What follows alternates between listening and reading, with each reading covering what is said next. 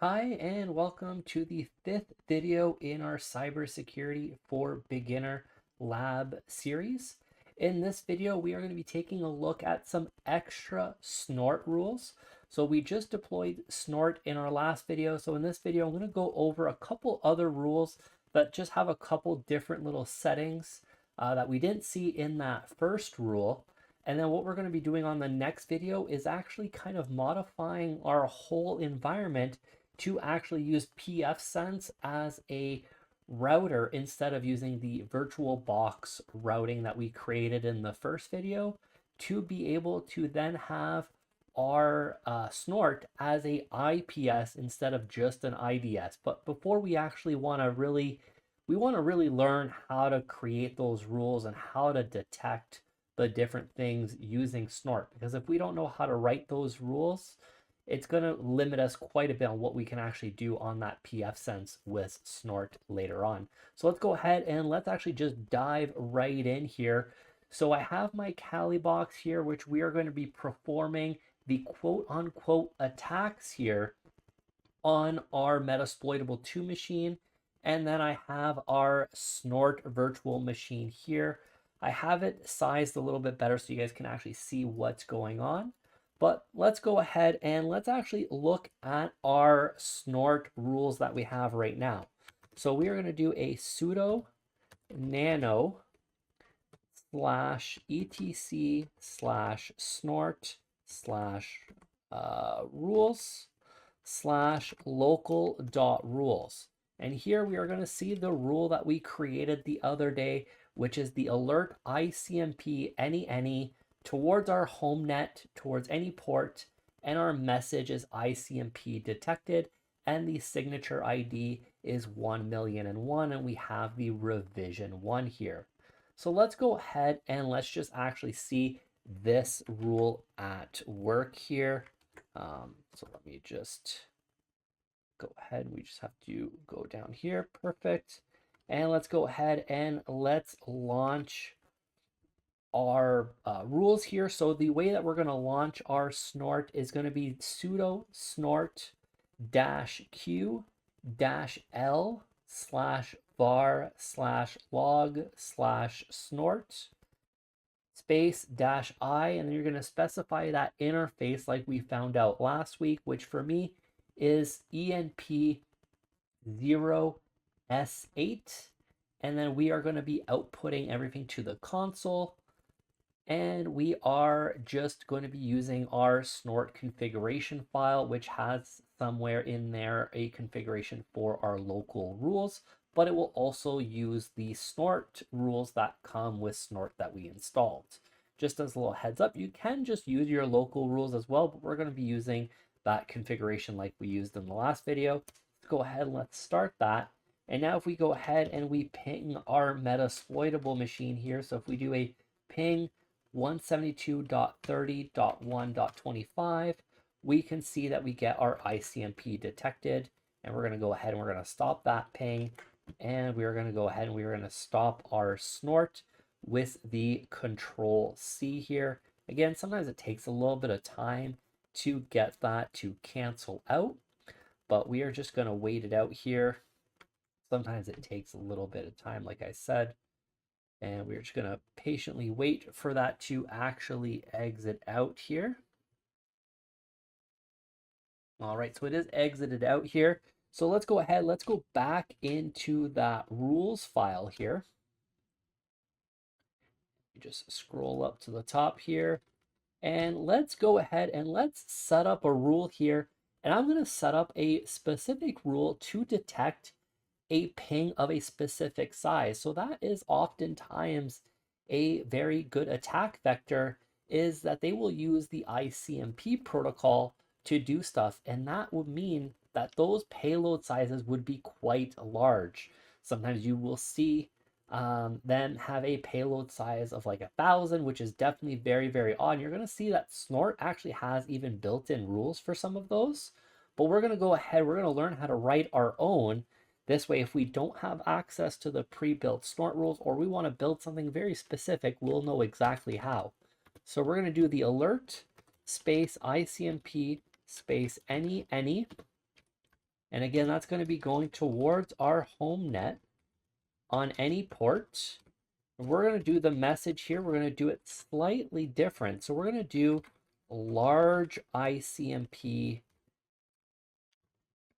detected here. And let's go ahead, let's put 4 exclamation marks because it's a little bit more serious than the last one. And then what we're going to do here is we are going to do a semicolon. Now, instead of doing the signature ID, we're going to put in D size here, colon, and we're going to put a D size of greater than 100. Let's do greater than 500 here, actually.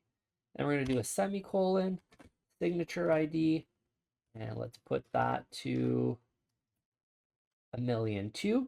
Now, if you did put that same signature ID, let's say you put in 1,000,001 and you go to launch your Snort, it will actually tell you that there is an error because it cannot use the same signature ID 2 times.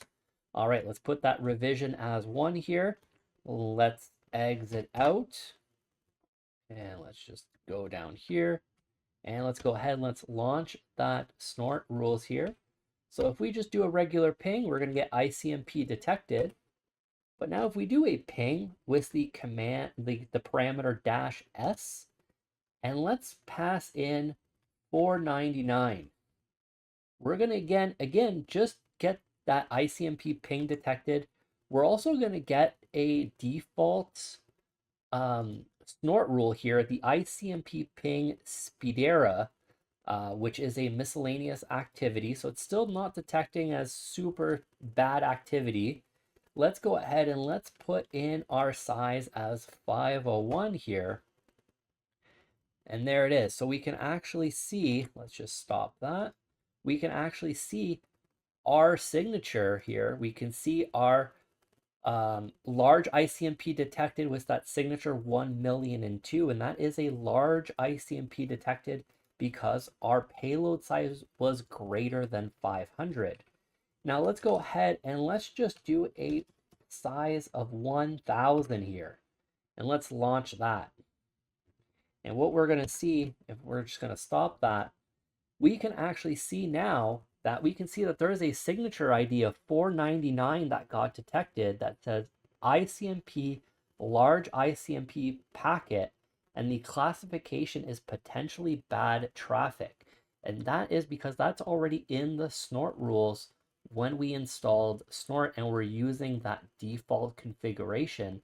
So it does come pretty nicely built with some good rules already built in there. So let's go ahead and let's just exit out of our current Snort execution here. And let's go ahead and let's put some more rules in. Let's go ahead and let's put a couple rules in, and then we're going to go ahead and test them all out. So here are all the different rules that we are going to be setting up. We are going to be setting up a FTP rule, a SSH rule, and we're also going to be setting up basically a command execution, but really what it is going to be a HTTP command execution. So we're going to be taking a look and monitoring our port 80 for very specific activity to a specific page. Because let's say we have a web application and we want to alert if anyone goes to like the admin login page. We want to really be able to detect that. So let's go ahead, let's go into our rules file here.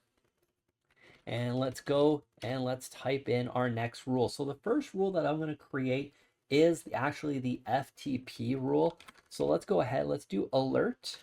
And this time it's going to be alert TCP instead of ICMP because the FTP protocol works on TCP, or the FTP port, I should say, works on the TCP protocol. And we're going to do any once again, because we don't care what port it is coming from.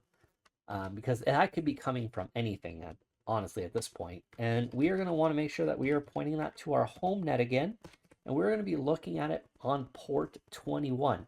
Now, let's say you've configured your FTP server to be on a different port. You would put that port specifically.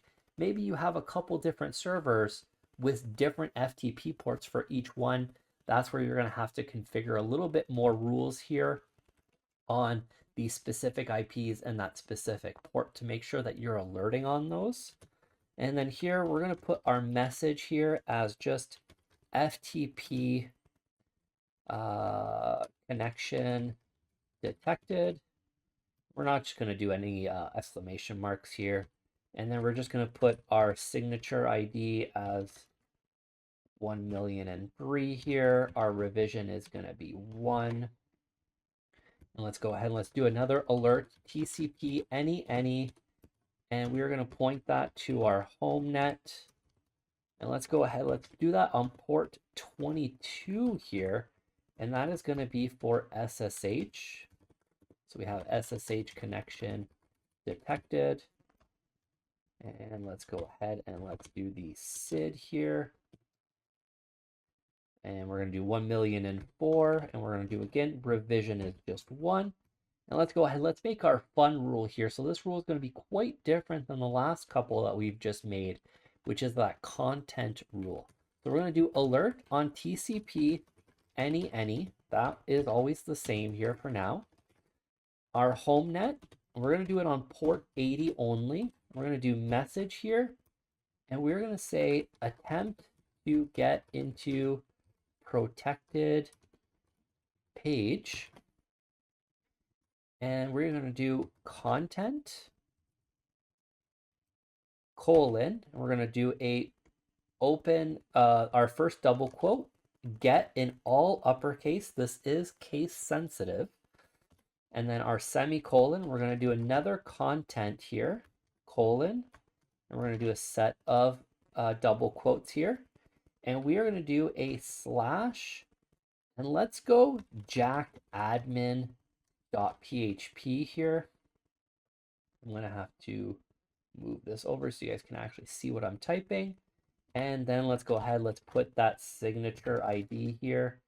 Now, the reason why I put jacked admin.php and not just admin.php is I do know that there is a specific one in Snort already for admin. Now, I'm not sure if it's a regular expression rule for anything to be admin in there, but we're just going to try to avoid that. And I put 1,000,001. It's actually going to be 1,000,005 here. And we're going to put revision 1. And let's go ahead and let's save that here. And let's go ahead, let's run our Snort here. So of course, if we just do a regular ping, once again, we get that. Let's go ahead and let's do a SSH MSF admin at 172.30.1.25. Now, I don't think that it will actually allow it because there is none there. Now, what we can actually see, though, is we can see that we still got the SSH connection detected because I tried to SSH to that machine, which is perfect. It actually did still detect it. But what is also very nice is if we do an nmap here and we go capital S here, and we put in that IP, we will actually see that it detected all of those attempts. So when it scans for those ports, we can actually see it detected the SSH again, and it detected the FTP as well, which is awesome. That's what we want. Now, let's say now the SS scan doesn't get detected by Snort because it is a stealthy scan. Now, there are rules that you can put in place, I believe, to detect this, but it does require a lot of extra work on the Snort side. But let's say someone did the Xmas scan with Nmap, you would actually get a lot of hits with that built-in, with all those built-in rules, which is awesome.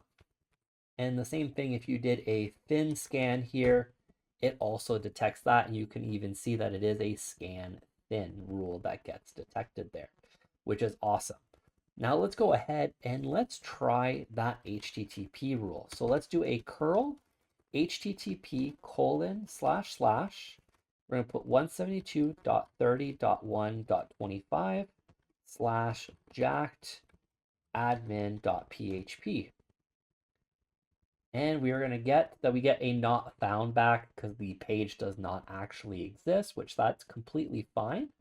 But if we go ahead and we look at our Snort here, we will actually see that we got attempt to get into protected page. And that is the rule that we created to see if anyone actually executes a get on that admin page. Now let's go ahead and let's just try just admin.php. We will actually see web-php web-php space admin.php access, and that gets classified under the attempted information leak. So those rules are already, again, all built into Snort. Snort has a bunch of built-in rules, like I said. So really the rules that you're adding on are going to be really specific for your system, but you really want to kind of learn what is detected, what is not, which is also why I say working a red team and blue team together is very, very important. This way you can really build out your Snort correctly and be able to efficiently create those rules that you need to create and not create the rules that you don't need to. You don't need to create a rule for the fin scan of Snort. Now, of course, if you're only running your local rules and you're not running the default rules of Snort, of course, you would still have to create those rules, but you can easily find those online. They already exist. You can go looking in the rules itself of Snort. All that is very plausible as well. So that is really it for our Snort. There are, of course, a bunch of different things that you can do in Snort with the different rules, with all the different options that you get there. But what we are actually going to do is we are going to move our Snort from our Ubuntu VM into a pfSense router, or a virtual router, you can say, in VirtualBox. So what we're going to do in the next video is we are going to be setting up our pfSense. We're going to be configuring the networks on there and moving our VMs all into that network. So we're going to be moving it off the Vuln Labs network that we created in VirtualBox into the network that we are creating through pfSense to be able to just have that little bit more control. And we're going to be also able to use Snort on pfSense, because in order to use the IPS portion of Snort, you do need all your traffic to be routed through that Snort box. Now, of course, there are tons of ways that you can also do it through the VM, but I figured in the beginner lab, I'd rather have that experience with pfSense, and it is a lot simpler to set up. So we are going to be doing that. So we're going to be able to get rid of that Ubuntu box, and we're going to use it for other things. And you guys are going to be able to learn pfSense, which is going to be super applicable for your Proxmox environments, your VirtualBox environments, Hyper-V environments. I think it is a great thing to learn versus just knowing how to set up the VirtualBox networks. I think pfSense gives you a lot more flexibility, and it gives you a lot of practice with a firewall, which will just let you practice, again, even more cybersecurity and just networking skills if you don't have a router that you can actually mess around with the settings on, and you don't want to actually mess around with your actual home router in case you break it or you do something that you don't know how to fix. pfSense gives you that freedom to just be able to do whatever you want and then blow it away and bring it back if something goes completely awry. And that is it for this video. If you guys want to see anything specific, please let me know in the comment section down below, and I'll do my best to do those in the cybersecurity lab. Thank you guys for watching. Be sure to hit that subscribe button, hit that like button. Also, don't forget to hit that notification bell to be notified when that next video comes out, and I will see you guys on the next video.